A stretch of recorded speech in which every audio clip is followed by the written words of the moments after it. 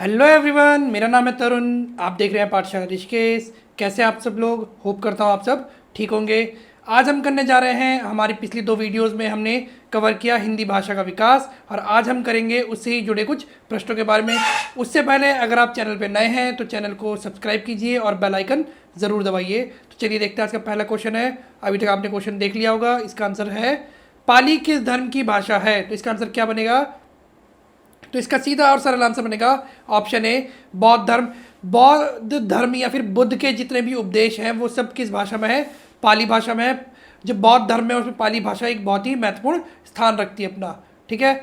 भोजपुरी बोली की उत्पत्ति हुई है। भोजपुरी की बोली की उत्पत्ति हुई है, किससे हुई है? शौरसेनी अपभ्रंश, ब्राचंड अपभ्रंश, मागधी अपभ्रंश या फिर अर्ध मागधी अपभ्रंश से। तो इसका सीधा सरल आंसर हो जाएगा ऑप्शन सी, मागधी अपभ्रंश से। ठीक है ना।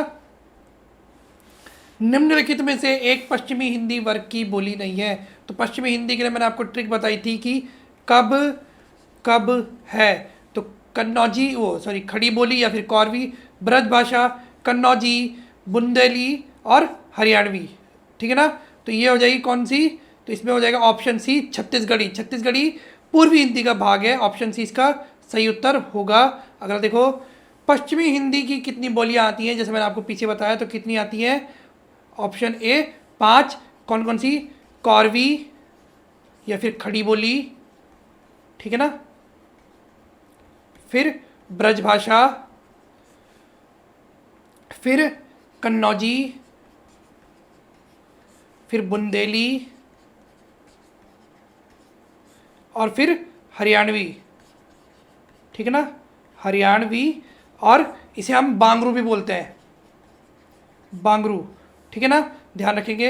अगला देखो, मैथिली बोली के लोकप्रिय कवि है। मैथिली जो भाषा है उसमें एक कवि है, कौन से? इन चार ऑप्शन में बताना है आपको। तो ये हो जाएगा जायसी, तुलसीदास, नंददास या विद्यापति। तो ये होगा ऑप्शन डी, विद्यापति। जायसी पद्मावत के लेखक, तुलसीदास अवधि के, रामचरितमानस के लेखक, नंददास भी हिंदी के ही लेखक है।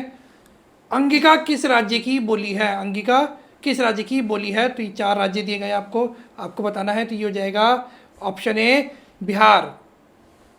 हिंदी किस परिवार की भाषा है? अगर आपने पिछली वीडियोस देखी होंगी तो मैंने उसके सबसे पहले ही बताया था कि हिंदी किस परिवार की और उस परिवार की कौन सी शाखा से है। तो ये हो जाएगा ऑप्शन सी, भारोपीय, यानी भारत प्लस यूरोपीय परिवार की भाषा है। और उसकी एक शाखा आती है जिसे हम बोलते हैं हिंद यूनानी, हिंद यूनानी शाखा। ठीक है ना। तो हिंद यूनानी शाखा और भारोपीय परिवार है, ध्यान रखेंगे। अगर देखो, निम्नलिखित में से कौन सी पश्चिमी हिंदी की बोली नहीं है? तो पश्चिमी हिंदी में आपको बताना है कौन सी नहीं है। तो ये हो जाएगा सीधा सरल answer option C, Dogri.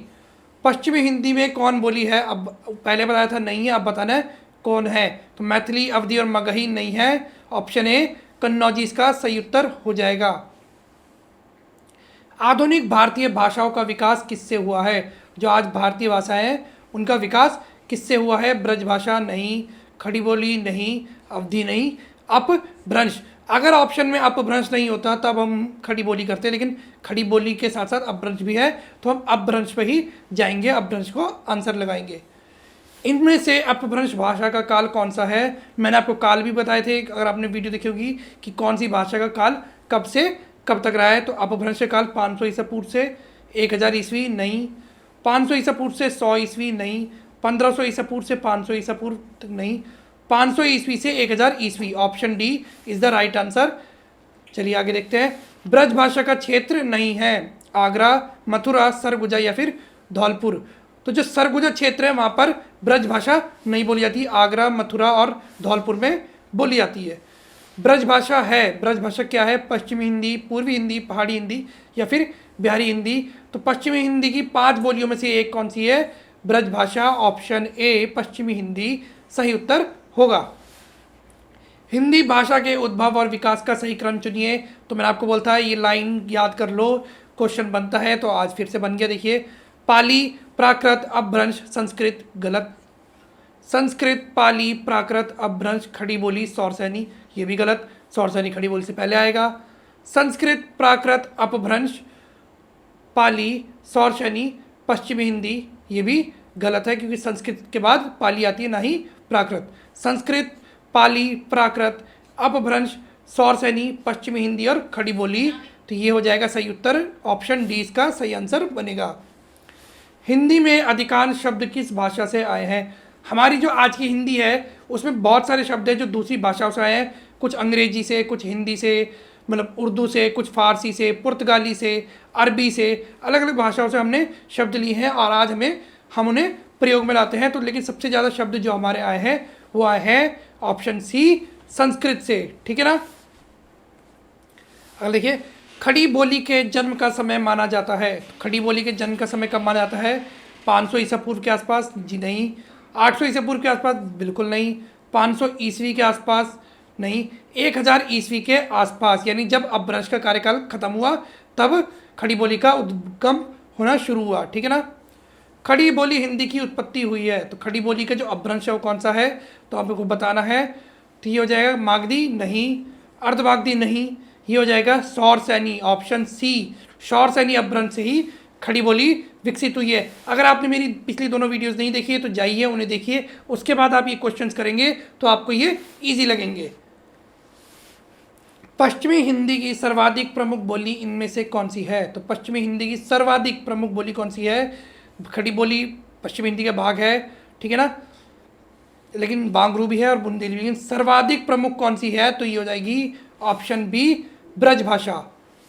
Braj भी भाषा का विकास इनमें से किस प्राकृत या अपभ्रंश से हुआ है? तो ब्रज भाषा का किससे हुआ है? तो ब्रज भाषा का विकास हुआ है सौरसैनी, सौरसैनी की पश्चिमी हिंदी और पश्चिमी हिंदी की बोली हुई ब्रज भाषा, ठीक है ना। बिहार की राजधानी पटना किस बिहारी बोली क्षेत्र में स्थित है? ठीक है ना, मतलब जो पटना है वहाँ पर कौन सी बोली बोली जाती है? अंगिका, मगही, भोजपुरी या फिर मैथिली? तो पटना में बोली जाती है मगही। अगर आप देखें तो बिहार में कौन सी बोली जाती है? अंगिका। लेकिन अगर हम पर्टिकुलरली पटना की बात करेंगे तो पटना में बोली जाती है मगही। ये बात ध्यान रखेंगे आप, ठीक है।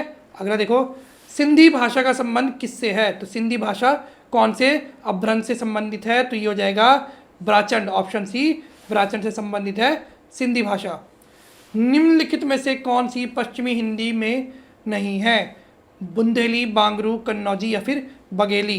तो ये हो जाएगा ऑप्शन डी बघेली। बघेली किसका भाग है? पूर्वी हिंदी का, ठीक है। पूर्वी हिंदी में 3 भाषाएं कौन कौन सी? अवधी, बघेली और छत्तीसगढ़ी, जिन्हें हम ABC करके भी याद कर सकते हैं, ठीक है। अगला देखो, किस सीमित क्षेत्र में बोली जाने वाली स्थानीय भाषा को कहते हैं? अगर किसी क्षेत्र या सीमित क्षेत्र में बोली जाती है उसे क्या कहते हैं? उपभाषा। उपभाषा का क्षेत्र थोड़ा विस्तृत होता है, राजभाषा का क्षेत्र तो बहुत ही बड़ा, राष्ट्रीय भाषा तो उससे भी ज़्यादा ऊपर। तो ये हो जाएगा ऑप्शन बी बोली, इसका सही उत्तर हो जाएगा। इनमें से कौन सी राजस्थान की बोली नहीं है? मेवाती है, मालवी है, मारवाड़ी है, बुंदेली नहीं है। चौथी भाषा जो राजस्थान की वो है जयपुरी या फिर ढूंढानी भी बोलते हैं उसे, जो पूर्वी हिंदी भी बोली है, पूर्वी राजस्थानी भी बोला जाता है जिसे। बिहारी हिंदी की बोली का नाम है, बिहारी हिंदी की बोली का नाम क्या है? बुंदेली, छत्तीसगढ़ी, बघेली या फिर मगही? तो बिहारी हिंदी की बोली का नाम क्या है? ऑप्शन डी मगही इसका सही उत्तर हो जाएगा। मगही किस उपभाषा की बोली है? पश्चिमी हिंदी, राजस्थानी, बिहारी या फिर पूर्व हिंदी? तो बिहारी से ही निकली है मगही, बिहारी उपभाषा की बोली है मगही, ऑप्शन सी सही उत्तर हो जाएगा। हिंदी भाषा की बोलियों के वर्गीकरण के आधार पर छत्तीसगढ़ी बोली है, पीछे बताया मैंने आपको, तो अब सरल होगा ये आंसर बताना, ऑप्शन बी पूर्वी हिंदी इसका सही उत्तर हो जाएगा। आगरा किस बोली का क्षेत्र है? छत्तीसगढ़ी, ब्रज भाषा, खड़ी बोली या फिर अवधी? तो आगरा है ब्रज भाषा का क्षेत्र, ठीक है ना, ध्यान रखेंगे। सखुरा या गुरखाली भाषा है कुमाऊं की साहित्यिक भाषा, नेपाल की राजभाषा, गढ़वाली लोक भाषा, या इनमें से कोई नहीं? तो सखुरा या फिर गुरखाली कहाँ की राजभाषा है? नेपाल की राजभाषा है, ध्यान रखेंगे आप। खड़ी बोली हिंदी का विकास किस भाषा से हुआ है? खड़ी बोली का विकास किससे हुआ है? अवधी, ब्रज भाषा, अपभ्रंश या फिर दक्षिणी? तो इसका आंसर हो जाएगा अपभ्रंश से हुआ है। दिल्ली व मेरठ के आसपास की बोली का क्या नाम है? खड़ी बोली, अवधी, ब्रज भाषा या फिर पंजाबी? तो इसका आंसर हो जाएगा ऑप्शन ए खड़ी बोली, और दिल्ली और मेरठ की जो खड़ी बोली है उसको ही आज हम मानक हिंदी भी मानते हैं।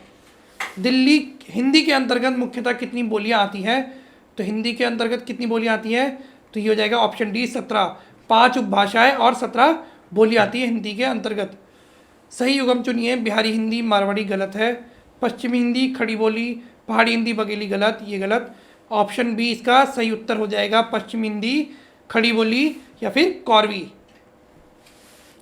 सिंधी भाषा का विकास किस अपभ्रंश से माना जाता है? पीछे सेम क्वेश्चन करा हमने, और इसका आंसर हो जाएगा ऑप्शन सी, ब्राचंड। पूर्वी हिंदी वर्ग की बोलियों का विकास किससे माना जाता है? तो पूर्वी हिंदियों का विकास किससे माना जाता है? मागधी, सौरसैनी, नागर अपभ्रंश या फिर अर्धमागधी अपभ्रंश। तो इसका आंसर हो जाएगा अर्धमागधी अपभ्रंश। बिहारी हिंदी का विकास किस प्राकृत या अपभ्रंश से माना जाता है? तो बिहारी आती है पैशाची, अर्धमागधी, मागधी या फिर शौरसैनी। तो ये हो जाएगा ऑप्शन सी, मागधी से। मगही किस प्रदेश की बोली है? बिहार, मध्य प्रदेश, छत्तीसगढ़, राजस्थान। तो ये बहुत ही सीधा और सरल आंसर बन जाता है ऑप्शन के बाद बिहार। ठीक है, ये थे आज के लिए आपके लिए क्वेश्चंस। कोशिश करेंगे आपके लिए और भी इससे संबंधित क्वेश्चन आए। ऐसी जानकारियों के लिए आप जुड़े रहिए पाठशाला ऋषिकेश से। चैनल को सब्सक्राइब नहीं किया तो सब्सक्राइब कीजिए, बेल आइकन दबाइए। आप हमें फेसबुक, इंस्टाग्राम और टेलीग्राम पर फॉलो कर सकते हैं। टेलीग्राम पर पाठशाला ऋषिकेश और पाठशाला ऋषिकेश ग्रुप सी के नाम से ग्रुप है, आप उन्हें भी ज्वाइन कर सकते हैं। धन्यवाद।